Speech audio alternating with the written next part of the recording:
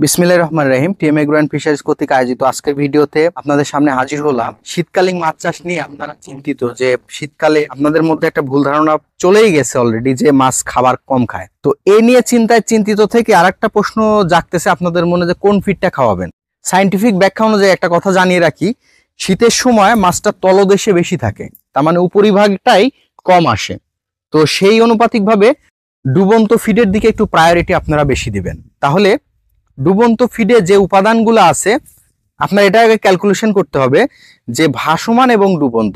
ভাসমানে প্রচুর পরিমাণ ফুল oil coated তেলক জাতীয় ভর্তি চর্বি গঠন করার জন্য বেশি ভূমিকা পালন করে থাকে, বাট ডুবন্ত ফিডে কিন্তু কোনো ধরনের অয়েল দেওয়া থাকে না এবং এখানে যে উপাদানগুলো একদমই ন্যাচারালি একদমই প্রাকৃতিকভাবে তৈরি হয়ে থাকে। তো সেই অনুপাতিকভাবে টিএম এগ্রো অ্যান্ড ফিশারিজ আজকের ভিডিওতে আপনাদেরকে দেখাবে যে এই শীতকালীন সময় কিভাবে মাছকে খাবার দিলে এবং কোন ফিডটা খাওয়ালে আপনি মাছটাকে দ্রুত ফ্যাটেনিং এবং গ্রোথ করতে পারবেন। তাহলে দেখেন আমার কাছে একটা ফিড রয়েছে, মাইশা ডুবন্ত স্পেশাল ফিড। আমার কাছে যেটা দেখতে পাচ্ছেন এটা একটা ডুবন্ত ফিড।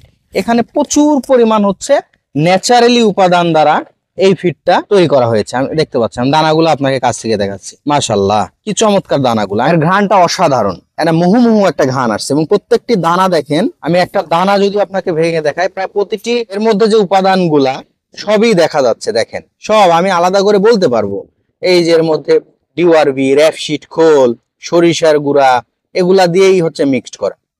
মাশাআল্লাহ খুব চমৎকার লাগলো ফিডটা। এখন কথা হচ্ছে যে যাদের এই ধারণা যে মাছ খায় না, মাছ খাবে না, এতে পর্যাপ্ত পরিমাণ ন্যাচারালি প্রোটিন দিয়ে ভরপুর, এই খাবারটা আপনি স্ট্রে পদ্ধতিও দিতে পারেন।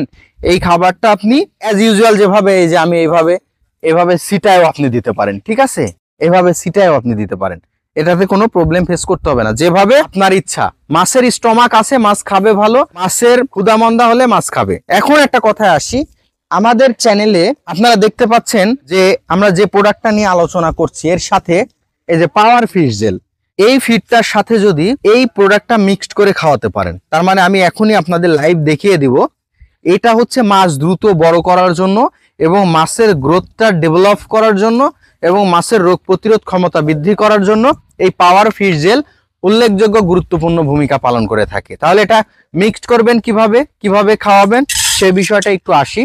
তাহলে এটা আপনাকে আমি এখন লাইভ দেখাবো। আমি ছোট একটা পাত্রে দেখাচ্ছি আপনাকে, আপনারা যে কয় কেজি খাবার দেন, আমি কথার কথা এখানে এই পরিমাণ খাবার রাখলাম, আমি আপনাকে টেস্ট করানোর জন্য দিচ্ছি। আমি এখন পাওয়ার ফিশ জেলটা ঢালছি, এখানে অল্প পরিমাণ আছে, তো আমি জাস্ট খালি এতটুকু একটু নিয়ে আপনাকে দেখানোর চেষ্টা করছি। দেখেন মাশাআল্লাহ আলহামদুলিল্লাহ, এর কালারটা যত সুন্দর, তার মানে জেলির মতো, জেলি প্লাস মধু দেখেছেন আপনারা।